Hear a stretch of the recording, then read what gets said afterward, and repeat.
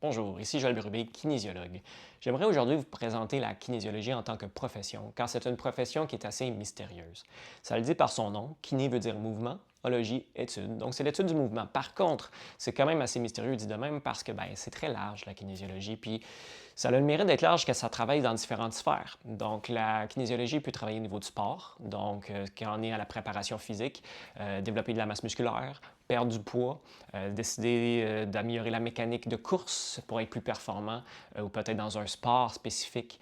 Mais on va aussi avoir la prévention de blessures. Donc, comment on peut venir renforcer les articulations, améliorer notre temps de réaction. Il y a beaucoup de choses dans le domaine sportif qu'on peut venir faire, autant au niveau élite qu'au niveau amateur.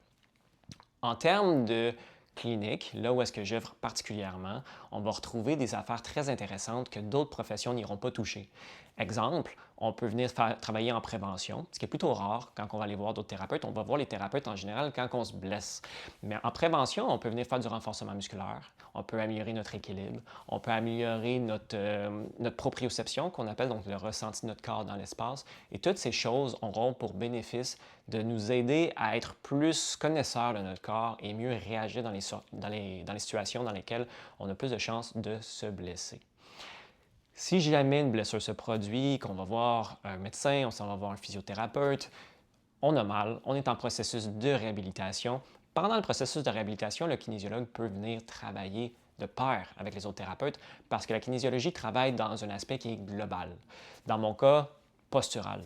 Donc, ça veut dire que si, exemple, je me suis blessé au genou, puis que les thérapeutes vont travailler directement au genou, en kinésiologie, on va prendre en considération l'ensemble de la posture. Ça veut dire que votre pied a une influence sur votre genou, votre hanche a une influence sur votre genou, et tout le reste du corps aussi. Que ce soit parce que c'est ça qui a amené à la blessure, donc exemple, que je protégeais la jambe droite et donc je mettais plus de poids à gauche et par ce fait, ça a causé la blessure, mais pendant la réhabilitation, ce même patron de compensation peut continuer à mettre de la pression dans ce genou-là puis causer de la douleur. Donc, c'est quelque chose qui peut se corriger pendant la réhabilitation. En même temps, ça peut prévenir d'autres blessures dans le futur, donc c'est quand même une bonne chose à travailler. Mais aussi, si jamais on essaie de travailler à enlever la raideur, à améliorer le retour veineux pour réduire l'inflammation, c'est important que tout le reste du corps soit de pair avec le genou. Donc, exemple, la respiration, ne pas être enfoui sur soi-même puis empêcher le travail de la jambe efficacement parce qu'on tire dans les muscles du dos. Donc, c'est quand même assez large, puis bon, ce n'est un exemple que parmi tant d'autres, mais on peut travailler de pair. Mais ce qui est encore plus intéressant, c'est après. Donc, si jamais vous avez une blessure qui persiste ou une douleur qui persiste, la douleur chronique qu'on appelle, eh bien, ces phénomènes de douleur chronique peut exister pour différentes raisons. Si vous voulez des détails plus spécifiques, il existe une page sur la douleur chronique sur mon site sur laquelle j'explique en détail ce qu'on peut faire. Mais la douleur chronique se travaille au niveau du système nerveux, se travaille au niveau des tissus et se travaille au niveau du mental. Donc, exemple, la kinésiophobie. Il y a une autre page aussi pour la kinésiophobie pour rentrer plus en détail là-dessus.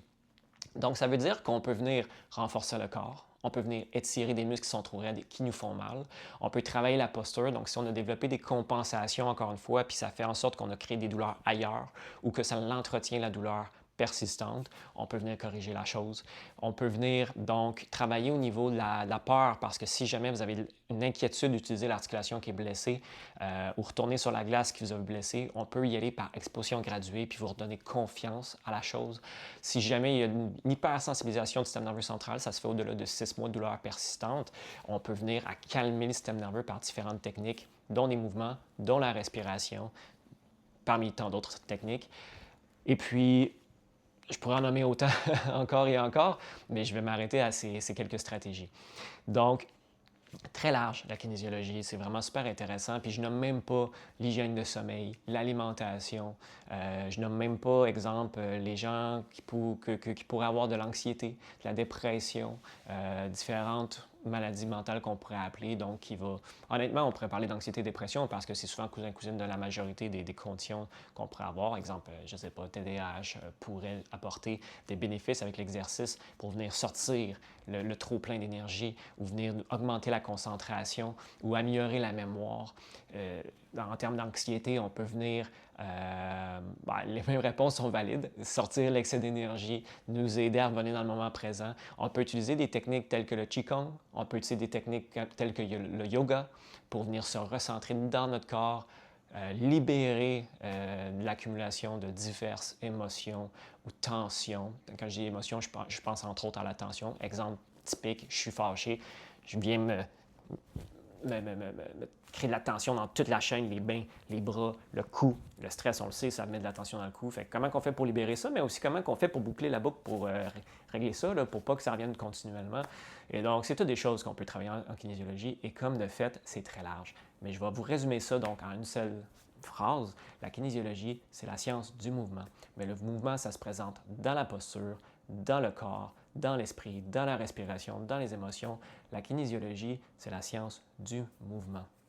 Donc, si vous avez des questions plus spécifiques, vous pouvez aller voir selon les pages qui vous intéressent, selon les sujets qui vous intéressent, vous pouvez me lancer un petit coup de fil, puis on pourra discuter exactement de votre cas à vous et voir comment on peut vous aider.